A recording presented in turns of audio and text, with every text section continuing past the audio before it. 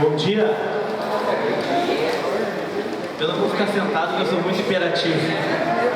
Bom, eu quero... Vocês me ouvem bem aí? Tá. Eu gostaria de trazer uma provocação, porque eu acho que a gente não tem as respostas. Vocês viram aquele vídeo lá na entrada? Aquele vídeo que eu fiz que passou aqui no início? A gente não tem as respostas. Quem disser que tem as respostas está, não digo mentindo, mas está de alguma forma negligenciando alguma informação, porque a gente vive num momento de muita transformação. Então, eu não tenho nenhuma pretensão de montar uma palestra que traga respostas. Eu vou trazer algumas questões que eu acho que trazem mais dúvidas, porque a gente precisa refletir um pouquinho sobre o que acontece nesse momento, com a comunicação e a comunicação institucional e política, e também a minha origem, que é a publicidade, que não era a eleitoral. Eu comecei fazendo como redator publicitário de propaganda empresarial. O que eu quero trazer para vocês é esse olhar sobre como a gente foi mudando a forma de comunicar e como, no meu ponto de vista, a gente acaba, às vezes, errando na ansiedade de fazer alguma coisa, mas sem necessariamente pensar ou criar uma estratégia para o que a gente vai comunicar. Vivemos na era do tem que postar, tem que postar, tem que postar, mas o que depois a gente vê. E esse tem que postar, depois a gente vê, traz problemas que depois a gente tem que corrigir. Corrigir ou fazendo uma narrativa de novo, ou fazendo pesquisa qualitativa, ou de alguma forma perdendo aquele tempo, desperdiçando aquele tempo e aquela energia. Então, o passador é comigo ou fica com quem tem um passador? Ah, tá aqui. Então eu trago assim um pouquinho da provocação, que é o que aconteceu com a publicidade. Não é tanta nostalgia, quem já me ouviu falar, é obviamente que eu tenho saudade de um tempo onde a gente tinha a publicidade como uma das maiores indústrias do país. A publicidade que já chegou a arrecadar mais de 1 bilhão só no Rio Grande do Sul, do seu trade publicitário. Eu fui presidente da ARP também, da Associação Rio Grande de Propaganda, e a gente lidava e lidou por muito tempo com um mercado muito sólido que hoje se pulverizou. Não sei se vocês têm noção disso, mas é um mercado que se pulverizou. Um mercado de agências, de veículos muito sólido, muito forte. Hoje é um mercado que a gente tem dificuldade de conseguir mensurar e até encontrar porque ele é pulverizado. Não é necessariamente uma coisa ruim, mas é uma coisa diferente. E sobre ela a gente tem que refletir um pouquinho. Bom, a origem da publicidade também, portanto, de todas as suas derivações, é ajudar a vender. Vocês conhecem esse comercial aqui? Comercial da Apple, chamado 1984, um comercial antológico para lançar o Mac como grande ícone da Apple, muito antes do iPhone, muito antes do iPad. O grande produto da Apple que fez a empresa ser uma empresa líder e protagonista no mundo era o Mac, né? E o Mac foi lançado por um comercial de televisão, na época só tinha televisão, dirigido por um cineasta, não era um diretor de comerciais, Ridley Scott, e de orçamento assim, na casa de longa-metragem para 30 segundos. E essa era uma realidade de muitas das contas que se tinha no mercado gaúcho e brasileiro, de a gente, por exemplo, fazer um comercial de televisão há 25 anos atrás com mais de R$1 milhão de orçamento. Isso não é uma falácia, não é uma ideia que eu estou equivocado, não traduzi nos números, eu não fiz a devida equação, não. Esse era um mercado 25 anos atrás. Um mercado onde redatores, diretores de arte, gente que trabalhou em agência e importantes empresas de comunicação de publicidade, ganhava 25 anos atrás mais do que se ganha hoje com toda a inflação sem corrigir. Então, por que aconteceu isso? Porque a gente foi pulverizando o mercado a partir das redes sociais, mas não foi sabendo monetizar cada parte dessa.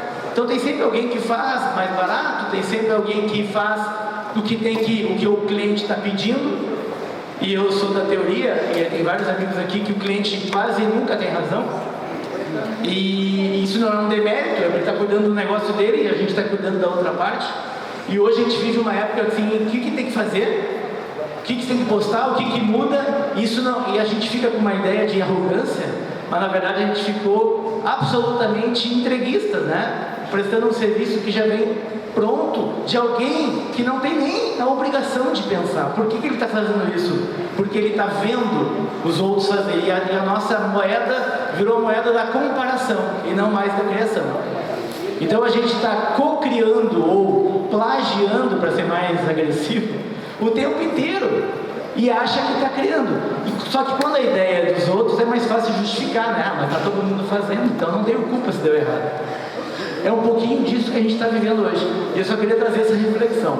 Se a gente nasceu para ajudar a vender, e ajudar a vender é uma marca, um produto, uma imagem, qualquer coisa, a gente precisa entender que a origem da gente é criar diferença nas coisas que são quase sempre iguais. As geladeiras são todas elas iguais, a tecnologia mesmo, os carros são feitos, Marco, os carros são feitos em 2, 3 escritórios de design no mundo, para todas as marcas. As empresas compram da mesma empresa de futurologia em Nova York as tendências, sai tudo do mesmo lugar. O grupo Fiat é dono da Fiat, da Rover, de 11, 12, 13 marcas, tudo está completamente unificado. Então a gente entende e sabe que os produtos são muito similares. E na política, eles são diferentes ou são similares? São quase sempre similares. Então o nosso papel na comunicação é criar diferença entre coisas iguais ou parecidas. Não tem ninguém ou um produto tão diferente assim, que a sua própria natureza e constituição, o seu próprio existir já cria a diferença por si só. Existem ideias, existem coisas que são características únicas, mas no geral as coisas são parecidas. E o nosso papel sempre foi de criar diferença entre os iguais. Me lembro que a gente atendeu Ipiranga por muito tempo, os postos Ipiranga, e tu imagina que a gente fazer, não sei se alguém aqui trabalhou com publicidade como redator publicitário também, imagina que delícia tu chegar para tu ter na tua mesa um pitch, um pedido de trabalho para criar um comercial de Ipiranga, um comercial de Itaú, sei lá, que tivesse a liberdade do humor, os atores e atrizes que tu pensasse, né, e fosse dirigido pelo Fernando Meirelles, por qualquer um diretor que vocês admiram. Só que, qual era a diferença? A gente viu um comercial da Ipiranga no ar e viu da Petrobras, ou via de qualquer outra marca, da Shell, que era internacional e era adaptado para cá. Tinha uma baita diferença. A gente fazia campanha, as pesquisas de lembrança, de memória ou de marcas do coração, como queiram esses nomes, sempre davam muita vantagem, por exemplo, para a Ipiranga, como dão hoje para o Itaú em relação à comunicação dos outros bancos. E os bancos e os postos de gasolina são iguais. A gasolina da Ipiranga não deveria ter uns milímetros a mais, talvez, de diferença das outras gasolinas, mas a percepção de marca era totalmente diferente, por causa da propaganda, da publicidade. Assim como o Itaú, assim como várias outras empresas que são mais admiradas do que outras, entregando a mesma coisa. No marketing político é a mesma coisa. Só que daí teve um momento que a publicidade, para criar a diferença, ela começou a não ser mais descritiva. Não sei se vocês sabem, a propaganda começou sendo escrita por poetas.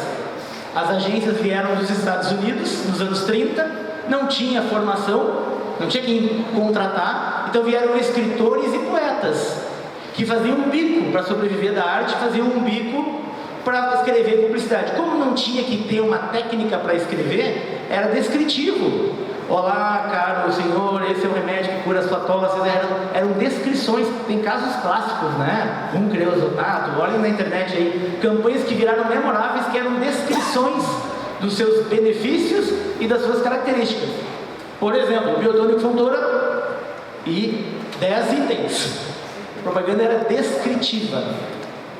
Até que chegou um cara nos Estados Unidos e também na Inglaterra, um movimento do seu Bill Benbart, um movimento que criou as duplas de criação.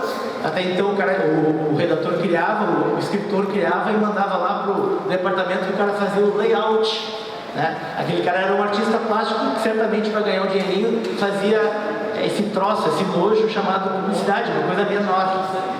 E aí ele juntou esses caras e disse: vamos criar coisas que tenham cara de entretenimento, que tem um cara do que a gente vê no programa de TV, o cara na tele, na radionovela, que seja algo que possa entreter as pessoas. E aí começaram a juntar essas pessoas, esses caras viraram dupla de criação e começou a propaganda com humor nos anos 60. Quem gosta de propaganda vê a história da BBDO, né? BBDO, e aí vocês vão ter o resto da história, né? Campanhas absolutamente memoráveis como aquela do Fusca, que para quem é publicitário talvez é a maior de todos os tempos, que é só um Fusca, lembram do Fusca? Ainda tem essa memória? O Fusca, que é um carrinho pequeno, do pós-guerra americano, durante aquele momento que se chamou de crescimento, do boom da América, né? Tudo era pensar grande, e os americanos tinham, como sempre, os americanos têm essa coisa de pensar positivo, win, né? Então, tinha uma frase que estava em todas as mesas dos americanos, que é pense grande. O Fusca foi lá e botou uma música, pense pequeno, think small, Fusca. Ganhou tudo que é prêmio e mudou a cara da propaganda para sempre. Por quê? Porque trouxe um olhar inusitado sobre algo que era até então descritivo. E aí começa a publicidade. Eu estou dizendo isso, eu sei que vocês talvez não gostem de publicidade convencional, gostem de marketing político. Eu gosto dos dois, porque a gente bebe nessa fonte. Só existe o marketing político porque existe o marketing. Existe o marketing porque existiu a publicidade, que começou antes.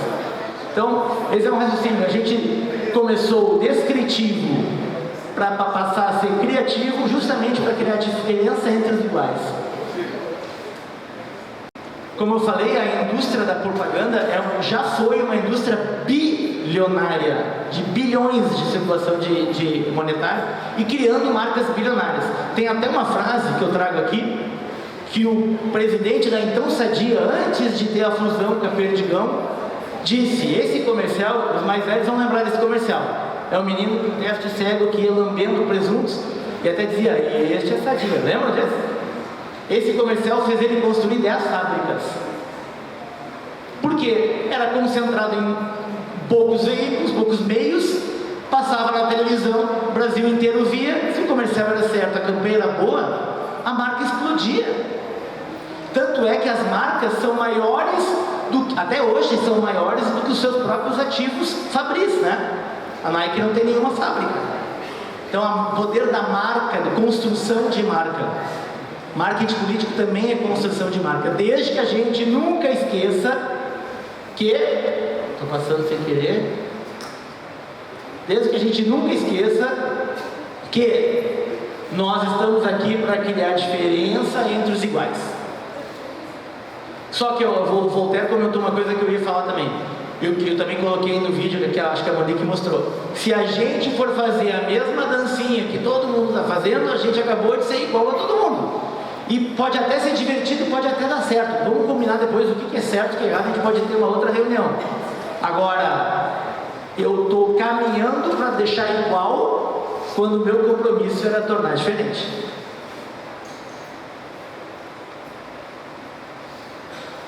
A mensagem sempre foi o principal. Quando a gente tinha a prerrogativa de que a mensagem é a que mandava, a gente nunca invertia a ordem. Se a mensagem é a que manda é antes de postar, usando uma linguagem de hoje, que na época não tinha. Imagina se fosse nessa época o que é hoje. Põe no ar um comercial. Mas qual? Não interessa. Põe o que o Santander está fazendo, mas não, o Santander no Unibanco lá, põe o que os outros estão fazendo. E esse foi, talvez, a grande lição que fica dessa época, é que a mensagem era primeiro do que a distribuição.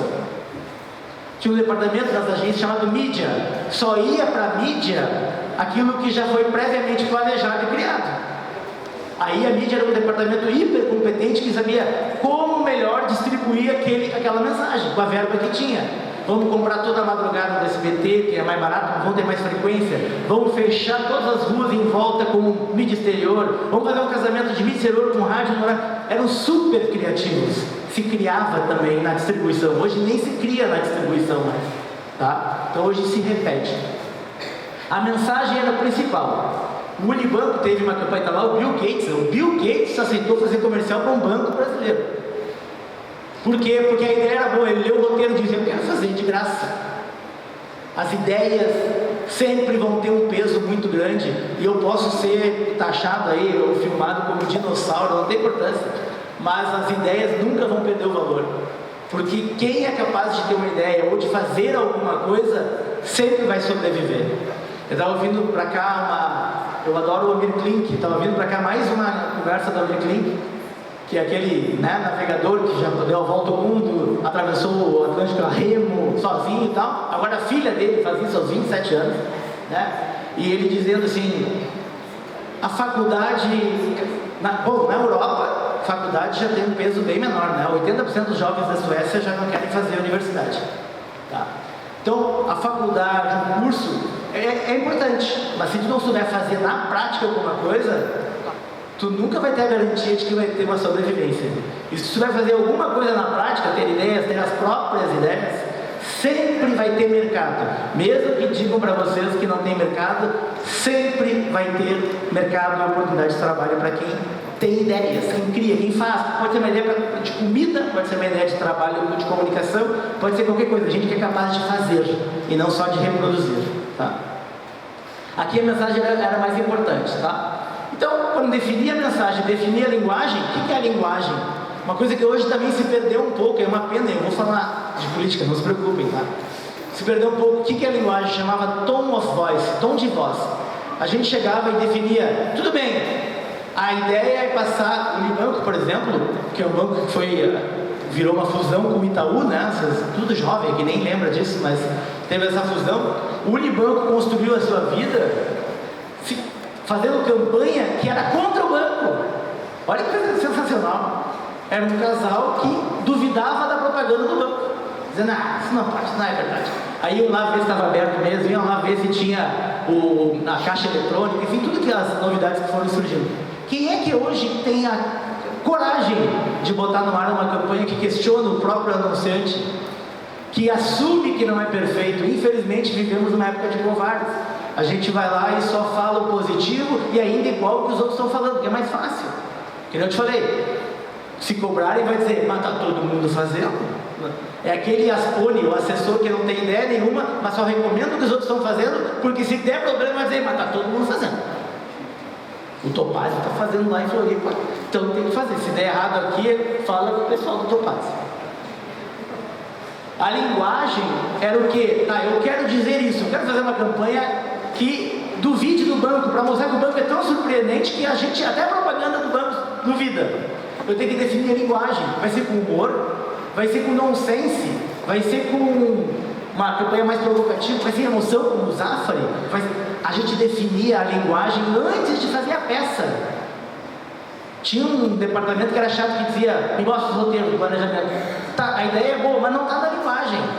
Nós combinamos que vamos fazer chorar, tem que fazer chorar.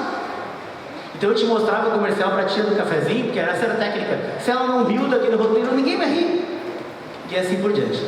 Definir a mensagem, definir a linguagem, aí que a gente dizia, para onde vai?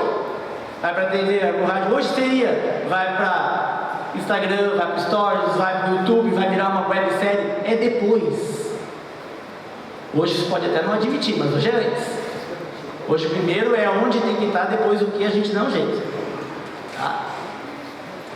No marketing político também foi assim. Sempre teve mensagens anteriores à sua distribuição. A campanha do Ronald Reagan, que é imitada depois pelo Trump, América grande outra vez, para quem viu no Trump, já tinha sido feito isso, tá? Desculpa informar. Nos anos 80, campanha também dos republicanos, né? Que vamos fazer a América grande de novo. Aliás, todo mundo imita todo mundo, e inclusive os candidatos, né? Então, infelizmente, a era dos que inovavam está se perdendo e vão ficar sendo os resquícios.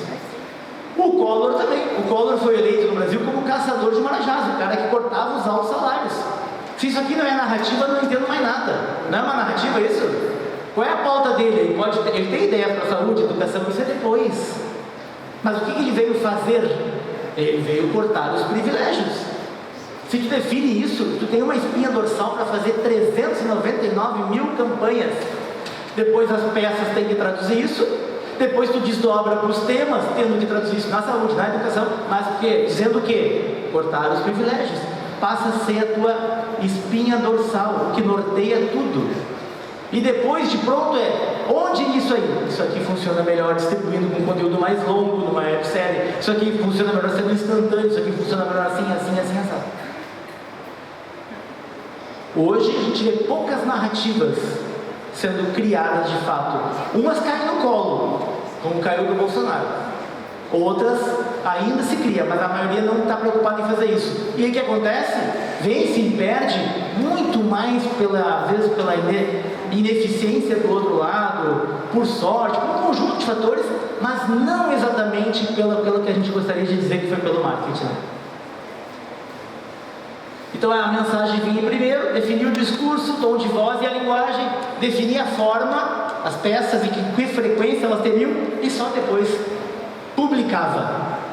Vamos botar o termo publicar que fica para os jovens entenderem. Publicava, certo? Mas um dia tudo mudou, né? Tem que postar, mas postar o quê? Não sei, faz o que os outros estão fazendo. É o que a gente vive hoje. Eu já vi prefeito, prefeita, até outros cargos acima, dizerem assim, tem que botar alguma coisa, os caras estão botando. Está todo mundo fazendo tal coisa e nós vamos fazer assim, mas eu nem vi ainda, faz 2 minutos que postaram.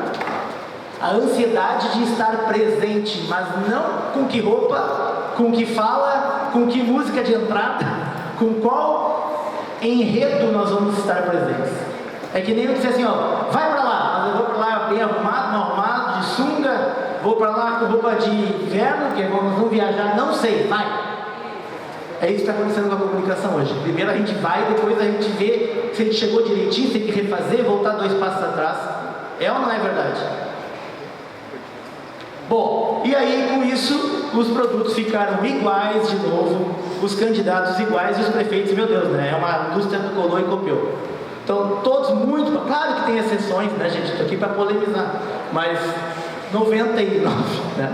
Muito parecidos. Com isso, o que acontece? Pode continuar tendo uma vida de sucesso, pode continuar tendo êxito eleitoral, não está fadado a nunca mais vencer, mas está perdendo uma oportunidade de contar uma história única, como eu sempre digo. Tu pode não ser uma história que agrade a todos, mas a história única da gente é a única coisa que nos faz capazes de ser reconhecidos. Eu sempre digo, quem é que ganha mais dinheiro? A banda original ou a banda cover? Sempre vai ser a banda original. Por melhor que seja cover. Tem covers dos Beatles que tu parece estar ouvindo os Beatles. Mas o cachê deles é 15 mil. Dos Beatles vivos seria de 2 bi. Então, o dinheiro é só uma métrica. O sucesso, o reconhecimento, o mercado, o espaço.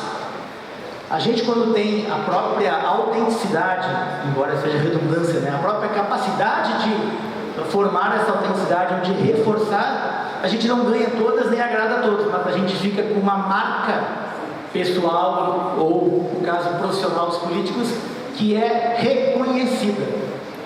E o reconhecimento numa época que a gente não tem tempo para nada, que a gente não consegue reter a atenção de quase ninguém para quase nada, é fundamental. É fundamental. Eu fiz campanha ao governo do Olívio Dutra lá atrás, só para dar um exemplo.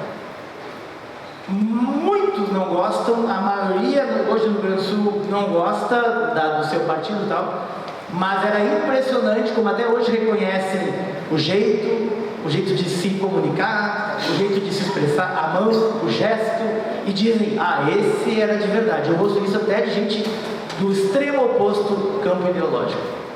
Isso é muito legal. A pessoa tem uma conduta e uma marca, e vocês como profissionais deveriam, eu acho, no meu entendimento, embora não sou ninguém para sugerir isso, mas deveriam pensar nisso. Será que a gente não está muito no tal do benchmark, não está muito no tal do que é tendência, não está muito no tal do que está acontecendo à minha volta, e confundindo às vezes a admiração com cópia? Eu admiro aquela pessoa então me começa a me comportar igual, falar igual, as mesmas palavras. Aliás, só fala palavras difíceis em reunião quem não tem conteúdo, tá? Quem vai para reuniões às vezes lá reunião lá fora, na França, fiz esses dias, os caras falam tudo simples, aqui é tudo practice, né?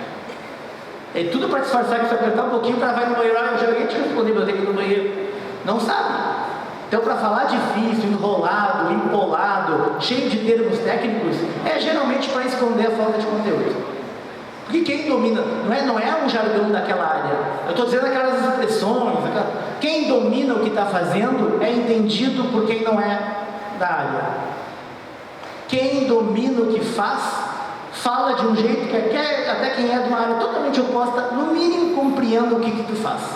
Agora tenta falar que tu faz o trade marketing, não vou entender. Aí o storytelling, gente, sempre existiu, chama narrativa, tem em português, pode usar, tá? Pode usar. Ou quando usarem o português, usem certo, tá? Assertivo não vem de acerto. Assertivo vem de eloquência, senão seria com C, com 2 S. Seja enfático, assertivo. Vamos fazer uma campanha assertiva para não errar, ele não é assertivo. Tá? Então, só cuidado porque a gente fica repetindo, achando que é bacana, porque é uma palavra da moda. Eu estou num espaço disruptivo, não é isso? Então, tudo bem, mas cuidar para a gente não virar o cara que é cheio dos clichês e se espremer não sai uma gotinha de suco, né? E eu acho que todo mundo aqui tem capacidade para falar de algo que gosta, que domina, que sabe fazer, sem ter a preocupação, será que está falando de um jeito que eu vou ser admirado? Porque a admiração é justamente por ser simples. Bom, e por que tudo isso começou a acontecer? Porque hoje celebram vários, e com razão em alguns momentos, temos as tais métricas, né? A propaganda não era mensurável. Não era mensurável. Tu botava um comercial no ar, não dizia, foram 39 mil donas de casa que ficaram nos primeiros 4 segundos. Não tem. A mensuração vinha da rua, de pesquisa, de sentimento, o bordão estava na rua, repetido pelas pessoas. Então não era mensurável, realmente. Hoje tem métrica. Só que a gente ficou refém da métrica. Tem que fazer mais um vídeo igual a esse, porque esse foi o que tem mais alcance. Tá, mas talvez naquele momento, naquela situação, naquele contexto, agora não teria. Mas a gente ficou refém da métrica. Quando tu é refém de uma métrica, tu nunca mais ousa, tu vai fazer a fórmula, vira receita de bolo. Então, para mim não arriscar, eu quero fazer com o Guilherme uma festa de aniversário surpresa. Mas eu não quero arriscar. Então, como é que tu quer a tua festa de aniversário surpresa? É surpresa, eu tenho que perguntar, vai que ele não goste. Assim virou o mercado publicitário. E do marketing político também, que é o mesmo mercado. A gente começou a perguntar, de alguma forma, o que as pessoas querem receber. Quando, na verdade, o que as pessoas mais gostam é de serem surpreendidas e impactadas por algo que elas não imaginavam e acham que aquilo tem uma autenticidade e passam a te admirar. Às vezes não concordam, olha o caso do Olívio que eu falei. Às vezes não concordam, mas admiram. Eu já falei no início, né? Mas é fácil justificar uma ideia, né? Quando ela não é sua, quando ela tá na rua, tá na rede, porque se der errado, mas tá todo mundo fazendo. Se alguém trabalhasse comigo e falasse isso, no outro dia eu não trabalhava mais. Porque se está todo mundo fazendo, talvez a oportunidade seja fazer justamente o que ninguém está fazendo. Eu sempre digo assim, imagine, eu faço as mesmas figuras de linguagem, quem já me ouviu pode encher o saco, mas imagine uma piscina de raias para natação. Não sei se alguém nada aqui. Se tu vai nadar naquela que já tem 3 pessoas, tu vai bater os braços, vai bater na cabeça. Tem uma raia que está sozinha, geralmente aquela que tem o azulejo na ponta, ninguém quer aquela. Aquela pode ser a grande oportunidade. Usar uma raia, um espaço de mercado, um mercado eleitoral ou mercadológico realmente das empresas, que não é ocupado. Mas, como eu, maneira de falar, não tenho segurança ou não tenho nem vontade de ficar pensando numa coisa original, eu uso o que estão fazendo e alego que isso é bom, porque seguir as tendências é o correto. Seguir a tendência é passado. Porque se já é tendência, vários já fizeram, tu já está vendo um rebote daquilo. Está na hora de fazer para o outro lado. Se está todo mundo indo para a serra, é a hora de ir para a praia. E vice-versa. Aí estão os grandes mercados e filões de mercado eleitoral que existem. Certo? Bom, o que a gente deve fazer então no marketing político também? Definir a narrativa. Ou storytelling, como gostam alguns. Tá? Nada contra o inglês, mas a gente tem uma língua que tem todas essas palavras já foram criadas, tá? Só layout que eu acho ruim mesmo, que rascunho é ruim, né? Então layout é melhor. Tá? Ou que nem diz o meu filho, milkshake, leite sacudido é ruim, então vamos de milkshake. Mas definir a narrativa, o que é? Antes de sair fazendo a campanha, fazendo a comunicação, O que a gente vai dizer? Lembra do caçador de Marajás? Tudo que eu vou dizer tem que contribuir para a ideia de cortar os privilégios. Essa era a narrativa. Chegou na narrativa do prefeito ou da prefeita, qual é a espinha dorsal dessa pessoa? Tudo tem que contribuir para isso. Tem que retroalimentar, tem que voltar alimentando esse posicionamento. Então, definir, é como chegasse no... Lembra do Resta 1, aquele jogo? Vai tirando, só fica um... Qual é o mínimo? O mínimo é a narrativa, é a espinha. É isso que na última linha as pessoas têm que pensar sobre aquele candidato, aquela candidata, ou aquele prefeito ou prefeita. Chegou nesse mínimo, aí tu vai ampliando, aí tu vai botando os elementos em volta. Desde que eles contribuam para te nunca perder de vista qual era a espinha dorsal que estava ali. Foi Michelangelo que disse, né? Como é que eu faço uma escultura? Ele diz, eu tiro tudo que não é mármore, aí fica só a escultura. Tudo que não precisa sai, embaixo daquela pedra tem o cavalo, tem a imagem, tem a escultura. Comunicação é isso, tira tudo que não precisa. Eu preciso falar saúde, educação e segurança? Mentira! Vai aparecer como temas prioritários? Vai, mas a gente está cansado de ver campanhas que podem ter uma linha de condução que é em cima de um conceito que nem aborda as tais das 3 áreas prioritárias. Tu tem que ter ideias para elas, estar apto a responder perguntas, a participar de um debate, a participar de uma sabatina, mas não necessariamente a tua campanha tem que ser em cima desses 3 itens. Isso é teoria. Na prática, tu pode fazer uma campanha em cima do vamos fazer a América grande de novo. Vamos cortar os privilégios. Vamos fazer não sei o quê. Essa é a narrativa que é antes dos temas, é antes dos desdobramentos. Escolher os conteúdos, ou seja, tá, se eu quero dizer isso, a melhor forma de dizer, qual é a linguagem? Aí, será que o meu prefeito fica confortável num vídeo a la Topázio? Será que o meu prefeito fica confortável numa dança ou no humor, ou se eu não estou expondo ele ao ridículo? Será que... E aí tu vai definindo a linguagem de acordo com a característica daquele personagem. Propaganda, na minha visão, eu não sou um dono da verdade, nem sócio da verdade, mas propaganda não é mudar as pessoas no marketing político, é ressaltar as características que são mais positivas e de alguma forma justificar as que não são. Mas não é mudar, não é fazer um título passar a ideia de que ele é o mais falante, é justificar por que ele tinha. Distribuir a mensagem aproveitando hoje os inúmeros canais à disposição. E é muito engraçado, né? Porque todo mundo sabe que o Facebook é diferente do Instagram, que é diferente do Telegram. Vendem isso na reunião, mas depois todos nós vamos acabar entregando o mesmo material.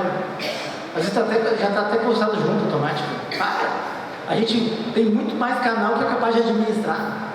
Então, a teoria não casa muito com a prática. Tem muito canal à disposição. O que vale a pena? Vale a pena ter o TikTok? Pode ser que vale, pode ser que não. Só vai ser mais um Tamagotchi morrendo de fome. Tenho lá o TikTok, faz 2 semanas que não postamos nada. E sempre alguém vai lembrar, né? Geralmente é alguém que queria o teu lugar para fazer aquela campanha que você está fazendo, tá? Que é amigo, prefeito. E depois a gente monitora os resultados. E aí a gente tem a métrica ao nosso favor. A gente pode monitorar hoje, tem muito mais condições de monitorar. E fazer pequenos ajustes, gente. Porque se a gente planejou, chegou numa narrativa que é pensada, que é original, por que eu vou mudar radicalmente a minha campanha? Eu vou ter muito mais prejuízo do que manter ela mudando um pouquinho alguma coisa. Está mais do que provado, tem candidato que tu mudava até de marca e de digo no meio da eleição, esse está perdido. Tu vai adaptando alguma coisa porque tu tem que ir com a tua narrativa até o final. Propaganda é propagar, é repetir, repetir, repetir, repetir. Eu sempre digo, né, eu faço muitos jingles, mas se eu tivesse um dia sem inspiração, eu digo a mesma ideia sempre. Eu falaria um jingle que repetia a minha causa. Entendeu? O Zeca vai tapar os buracos, o Zeca vai tapar os buracos, e o Zeca vai tapar os buracos. É horrível o jingle, mas o Zeca vai tapar os buracos. Não tem dúvida. E qualquer outro tema, claro que tu vai botar ideia, vai botar talento, mas eu estou dizendo, se tu repete alguma coisa que está definido na narrativa, tu memoriza. Tu pode não memorizar com qualidade, com talento, mas fica, tu retém.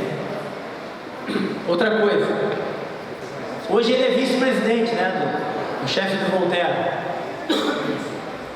Mas, em 2006, vocês lembram de 2006? Ninguém tem histórico, só eu sou velho. Reeleição do Lula. Algum profissional, assim, com uma grande ideia, disse: se o Lula é popular, o Alckmin, com esse sobrenome, de São Paulo, vamos popularizar o Alckmin. E na campanha ele foi como Geraldo. Fizeram essa imbecilidade.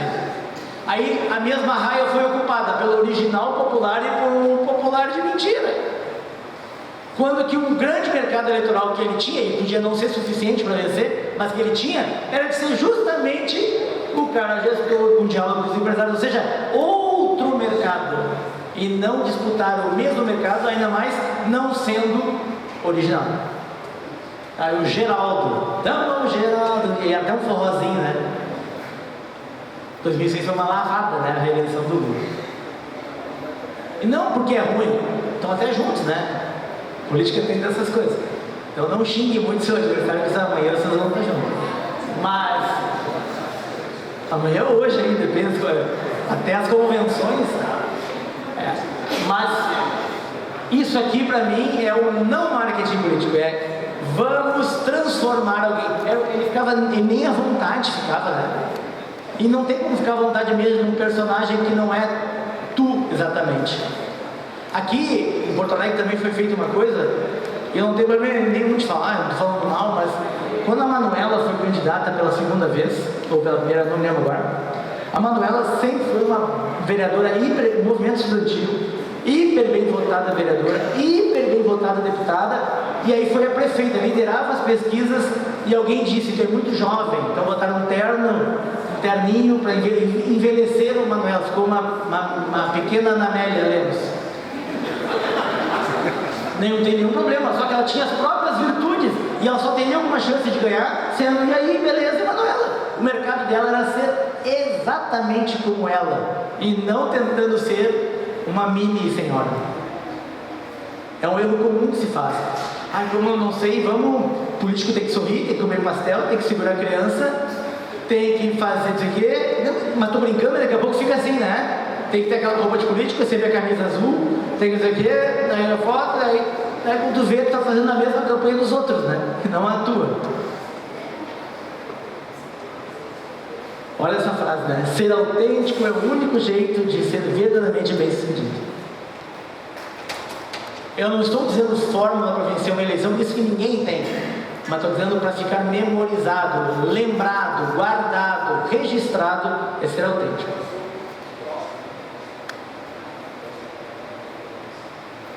Gente, eu tive que trazer uma coisa, eu vi uma entrevista vocês viram aquela entrevista com o presidente da L'Occitane, daquela marca francesa de cosmético? As mulheres brasileiras fazem plástica demais, tá em tudo que é lugar, podem olhar aí. Nada contra, mas é uma puta verdade, né? Não aqui, né? Aqui tá todo mundo bem, mas lá onde eu frequento, lá na academia que eu vou, elas são iguais, é a mesma pessoa. Então, o que está acontecendo? Eu não estou falando, a autoestima é maravilhosa, a gente tem que investir em autoestima. Mas a gente está ficando tudo igual, gente. As mulheres não estão iguais ou ele está errado? Estão iguais. E é uma pena, porque são lindas por serem justamente diferentes. Onde estão as crespas? Um amigo meu que disse: está todo mundo mesmo. Isso é uma forma de dizer o seguinte: claro que é uma brincadeira, mas ele falou isso mesmo. Um presidente de uma empresa de beleza disse: a frase anterior era: elas são tão lindas e diferentes, só que fazem plástica demais, estão tudo igual. E isso para mim é uma metáfora para tudo que a gente vem falando. A propaganda e o marketing, a comunicação está fazendo plástica demais, estão ficando tudo muito parecido. Copiar é insegurança e todo mundo é inseguro. Quem disser que não é, está mentindo. Todo mundo que cria, pode ser uma música ou uma campanha, vai chegar o dia e vai dizer: hoje vão me pegar, hoje vão descobrir que eu sou uma farsa, porque não tenho ideia, não estou tendo, o que eu vou fazer, até que depois de sofrer muito vem, aí fica divertido de novo. Mas é um sofrimento, é um Deus nos acuda, é um pânico, porque tem dias que não vem. Então a gente é inseguro. Criar é lidar com a insegurança. Eu estou criando uma coisa. Você acha que eu, na vida inteira, não fui... Imagina apresentar roteiro. Sabe como é que é apresentar um roteiro de um comercial de televisão? É um conselho inteiro de uma empresa e tu lendo o roteiro. Aí chega a mulher e diz: amor, você não vai lembrar. Aí o marido diz: tu tem que ler o roteiro. É das coisas mais constrangedoras que tem. Que tem que fazer os times, tem que fazer rir, tem que entender. Daí entra o locutor, o Renner. Você entendeu? É chato. Mas tem que contar. Então, todo mundo é inseguro. Mas a única forma da gente ser memorável é a gente ter a própria linguagem e a própria narrativa. Mesmo que a gente tenha e terá vários defeitos e imperfeições, porque isso vai nos tornar mais interessantes. Não sei quanto a vocês, eu acho as pessoas perfeitas muito chatas. É muito chato. Sabe tudo, domina tudo, é o macho alfa, vai um pé no saco. Eu acho um pé no saco. Porque primeiro não é verdade, e segundo, que cria uma relação assim de estar todo mundo sempre num personagem. E quando a gente reconhece que não sabe, reconhece que não faz tudo, reconhece que... Gente, eu fui professor da PUC há 11 anos. Tem muita pergunta que aluno faz, acho que tem professores da PUC aqui, né? Muito aluno que o professor deve fazer até hoje, imagina. Nos meus 12 anos, eu acho que fizeram todas para mim, que eu dizia, eu não tenho a menor ideia da pergunta que você fez, não tenho a menor ideia. Eu vou estudar e na próxima aula a gente conversa. Do que ficar, não, veja bem, eu vou agora, eu ia te responder, mas tem uma reunião, né? Não, ou que nem aquele comercial que o cara não responde, que está sempre de boca cheia, ele vai comendo, mas não responder, ele não tem conteúdo. Então, isso é uma puta de uma ideia, né? O cara vai comendo, eu queria falar, mas tô de boca cheia. Então, a gente não sabe tudo e está tudo certo, porque daí vai nos deixar mais ávidos para conhecimento, para buscar, para aprender, para ser surpreendido. Senão é muito chato. Por isso que guru é chato, coach é chato, por isso que... Desculpa, tem um monte aí, mas eu acho. Porque a premissa de que eu vou lá ensinar, eu vou lá dizer como é que faz, ela nasce já prepotente, né? A gente não sabe, a gente está aí para aprender. Eu falava agora com uma amiga aqui de um grande veículo, a gente estava falando sobre redes sociais. Olha, ninguém sabe exatamente, vamos falar a verdade, ninguém sabe exatamente. A gente sabe uma coisa, não sabe outra. Ninguém, no Brasil, nos Estados Unidos, na Europa, ninguém achou ainda uma forma de usar de uma forma maravilhosamente bem sempre. É isso. E está tudo certo, é uma transformação e vamos passando junto por essa transformação. E eu quero mostrar essa figura, porque aqui é o Brizola, talvez um dos caras de maior impacto no sentido cultural, no sentido das ferramentas que ele possuía como político, né? Bom orador, tinha um perfil autêntico e tal. E o Wildo Meneghetti, vocês não conhecem, ninguém era nascido, mas o Wildo Meneghetti, esse senhorzinho que era mau orador, não tinha uma postura, não era charmoso, não lotava comícios, venceu do Brizola para prefeito e venceu do Brizola para governador. Era o carrasco do Brizola, aqui no Rio Grande do Sul. Perdava todas do Brizola. O que eu quero dizer com isso? Que não tem vitória garantida, mesmo nos clichês, né? Fala bem, tem militância, não tem. Tem que ter originalidade. Ele fazia campanha porta a porta, dizendo, eu não sei falar para a multidão, mas eu sei falar o que a senhora precisa. Então tem mercado para vocês que têm candidatos que não são bons oradores, que são tímidos, que não arrastam multidões, que talvez sejam de gabinete, não sejam da prefeitura na rua, o famoso prefeitura na rua. E está tudo certo, desde que a gente justifique e ache o mercado eleitoral disso. Então, não precisa ser igual ao que a gente acha que é o modelo para vencer e para dar certo. Imagine o Biden imitando o Milley, né? Eu sei que é uma brincadeira. E o Biden tem o estilo do Biden, e o Milley, eu estou tentando descobrir que estilo é aquele, mas tem um estilo. Esses contrapontos, claro que isso aqui é uma brincadeira, essas diferenças, elas mostram como é arriscado a gente querer empacotar todo mundo com a mesma roupa e com a mesma linguagem, com a mesma roupagem. Um deu super certo, o outro deu super certo. E tem mercado para o oposto desse, daqui a pouco, do Milley, e tem mercado, como a gente está vendo, para o oposto do Biden, que é o Trump, que é o Milley de peruca loira, né? Que é o mesmo tipo de narrativa. E está tudo certo. Agora, o que acontece hoje, guardadas as proporções, é Biden imitando Milley e Milley imitando Biden. E deixando de ser absolutamente únicos e originais. Essa frase também é muito boa. Está cheio, lotado assim de gente para dizer o que tu tem que postar. Mas o que tu deve dizer a gente conta nos dedos quem é capaz de dizer, diz isso dessa forma ou recomendo assim, assado. A gente sabe que tem que estar de novo presente, distribuindo a mensagem. Mas a mensagem a gente não parou para pensar, a gente quer ser rapidinho. Aí toda quinta tem que ter um TBT. Gente, o TBT foi criado e a gente daí virou uma regra, não é?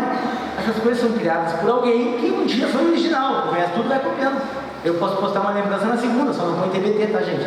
TBT tem a ver com quinta, tem gente que não sabe. Então, essas coisas, e acontece direto isso, que nem aquela promoção Friday, né? Black Friday. Nessa segunda Black Friday, eu já vi isso aí. Juro por Deus. Semana Black Friday, não é Week Friday, ou Week Black.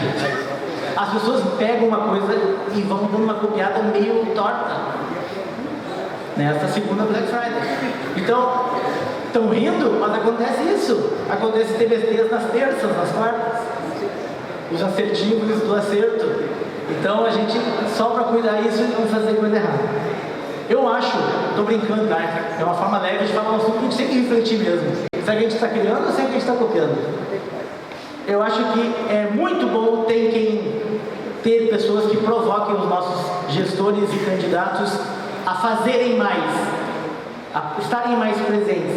Mas é muito mais importante a gente saber com que roupa, com que linguagem e com que argumento. É muito melhor não postar do que postar. Espera mais um dia, não vai mudar nada, a não ser que seja uma agressão, aí tem uma coisa jurídica. Agora, não vai mudar o que, gente? Nos venderam que tem que ser para agora, né? Vai mudar o que? Se for daqui a uma hora ou um dia, um posicionamento bem feito, não vai mudar nada. Até porque as redes dos políticos, elas são bolhas. Elas pouco furam, pouco ultrapassam os seus próprios redutos e cercas. Vão ficar fazendo comunicação para os mesmos. Como é comício é para os mesmos, como é convenção é para os mesmos, e como a gente fala com a própria claque e acha que está agradando e está na verdade falando para nós mesmos. Por fim, nem todo mundo tem a desenvoltura do Topázio, e isso é maravilhoso. O Topázio é o prefeito de Floripa, caso você não tenha sido ainda instruído a fazer um vídeo como o Topázio. Erga as mãos ao céu. Você não chegou lá em você ainda, tá? Ele funciona porque era um vice que tinha essa desenvoltura, caiu no colo, está tudo certo. Agora, eu não vou nem dizer nomes. Pense em alguns nomes importantes da política que se combinaria nos vídeos, ficaria patético. Então, nem todo mundo precisa fazer o que todo mundo está fazendo. E por fim, para encerrar e não me alongar mais, isso significa que sempre vai ter mercado, sempre vai ter oportunidade, sempre vai ter cliente para as pessoas que criam e para as pessoas que de alguma forma, não toda hora porque é impossível, mas que em boa parte dos seus dias se recusam a só copiar. Muito obrigado, gente. Valeu!